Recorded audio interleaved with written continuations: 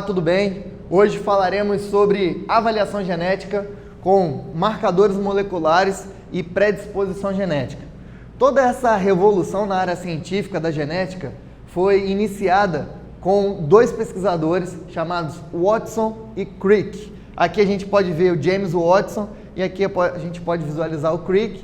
Ambos foram congratulados aí com o Prêmio Nobel de Medicina e Fisiologia por conta dessa descoberta. James Watson era um biólogo, ainda é vivo, tem cerca de 90 anos, e Francis Crick faleceu em 2004 e era um brilhante físico. Eles, como pode ser visualizado aqui, eles descobriram como era a estrutura tridimensional do DNA e isso revolucionou todo o sistema e até hoje é a base da teoria genética.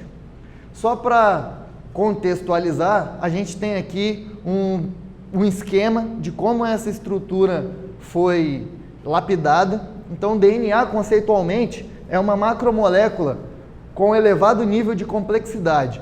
Podemos verificar nessa estrutura os nucleotídeos que formam esse grande polímero. Essa pesquisa de Watson e Crick foi publicada no ano de 1953. Então, até hoje, a gente segue as premissas daquela publicação científica.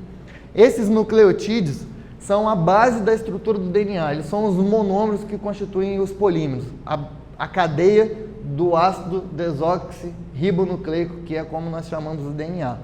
O DNA, desde aquela época, foi caracterizado e ele é constituído por duas fitas complementares. A gente pode visualizar aqui uma das fitas e aqui a outra fita. Essas interações que ocorrem entre as fitas são reações químicas, como pontes de hidrogênio, ligações fosfodiéster, enfim. Esse nucleotídeo, como eu havia falado, ele é constituído de três elementos básicos: bases nitrogenadas, açúcares e fosfatos. Então nós temos um fosfato aqui do lado esquerdo representado. Esse fosfato é derivado de um ácido inorgânico chamado ácido fosfórico. O açúcar, glicídio, glícidos, hidrato de carbono, sacarídeos, todos são sinônimos para uma mesma nomenclatura. Então são formados de 5 carbonos. O açúcar que compõe o DNA, ele é chamado de pentose. Nós temos triose, tetrose, pentose, hexose e heptose, de modo que as pentoses são os açúcares que constituem o nucleotídeo do DNA. Temos também as bases nitrogenadas, aqui representadas. Então, na parte superior, nós temos as bases nitrogenadas: adenina, timina, uracila, guanina e citosina. Lembrando que a uracila não faz parte das bases nitrogenadas que constituem o DNA. Uracila constitui o RNA.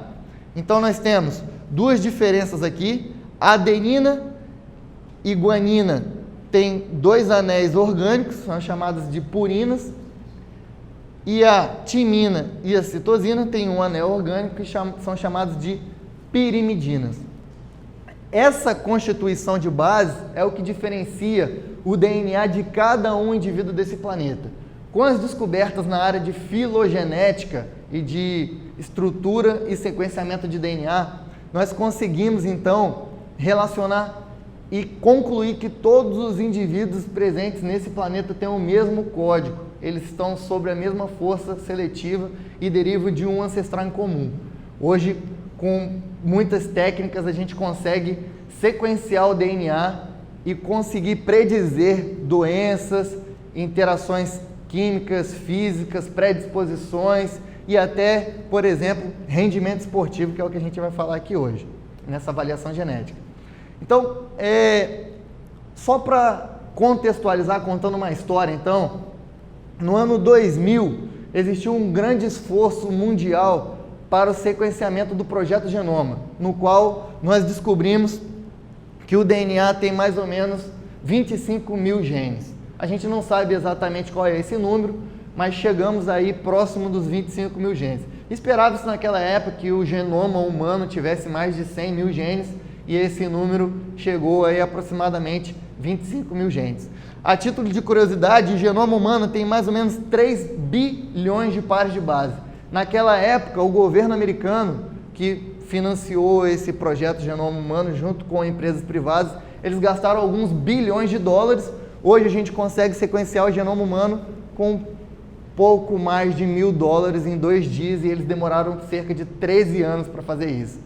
E nós temos 23 pares de cromossomos, cada um dos organismos dessa espécie, Homo sapiens, e desses 23 pares nós temos aproximadamente 130 milhões de pares de base. Cada gene, em média, tem 30 mil pares de base. A gente vai falar aqui nessa mesma apresentação sobre alguns genes, então é importante sabermos que estudar genes não é assim tão fácil por conta da sua complexidade. Essa publicação do Craig Venter sobre o projeto Genoma Humano data de 2001, de uma das revistas de maior impacto na área da ciência.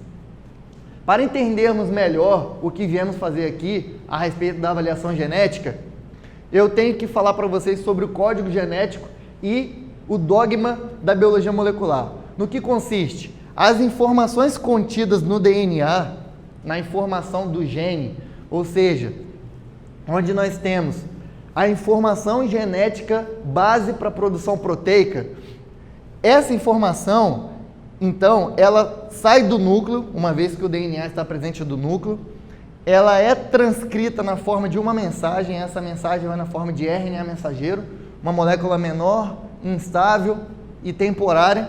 Esse RNA mensageiro, por sua vez, é traduzido em proteína lá no retículo endoplasmático granuloso, nos ribossomos. Essa proteína, que é a cadeia de aminoácidos, originada a partir da informação contida no DNA, que vai dar todas as características do indivíduo que a gente chama de fenótipo. Então, o fenótipo é a interação desse material que foi produzido, que são as proteínas, e a sua interação com o meio. Uma vez conseguindo diagnosticar, determinar esse polimorfismo genético, que cada indivíduo tem a sua particularidade, nós conseguimos fazer cálculos probabilísticos e entender as predisposições. Um caso clássico que ficou bastante conhecido na mídia foi o caso da atriz Angelina Jolie, no qual foi detectado polimorfismo para os genes BRCA1 e BRCA2, que são genes relacionados ao câncer de mama e de ovário.